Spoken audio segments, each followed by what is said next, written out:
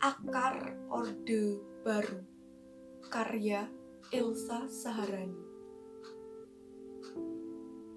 Akal sehat telah mati, terkubur di lubang kecil, bernisan pahlawan revolusi.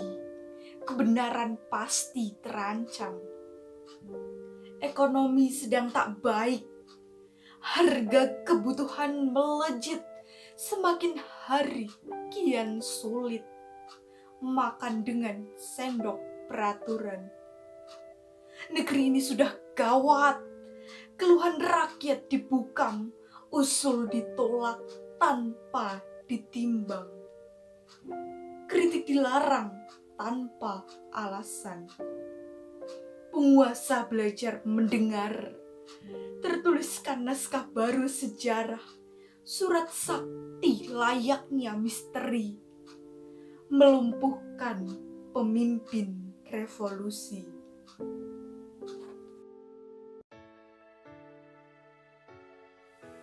Assalamualaikum warahmatullahi wabarakatuh.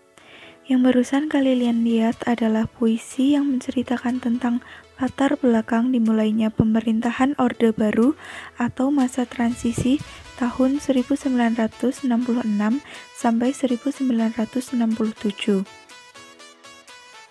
Masa transisi meliputi yang pertama, aksi-aksi Tritura.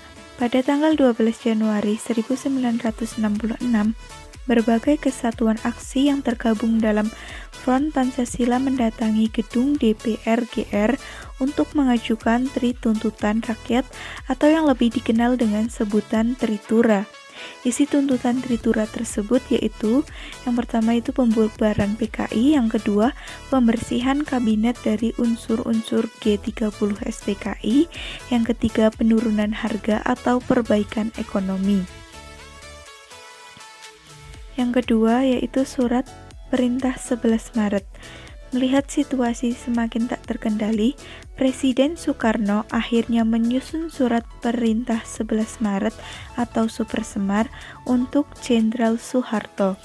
Isi Supersemar adalah untuk mengendalikan kondisi negara dan mengamankan wibawa pemerintah.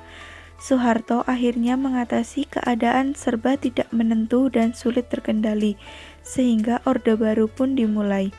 Surat perintah ini digunakan oleh Soeharto untuk memenuhi tuntutan Tritura, seperti membubarkan PKI, menangkap menteri yang diduga terlibat G30 SPKI, membentuk kabinet baru, dan menjalankan pemerintahan.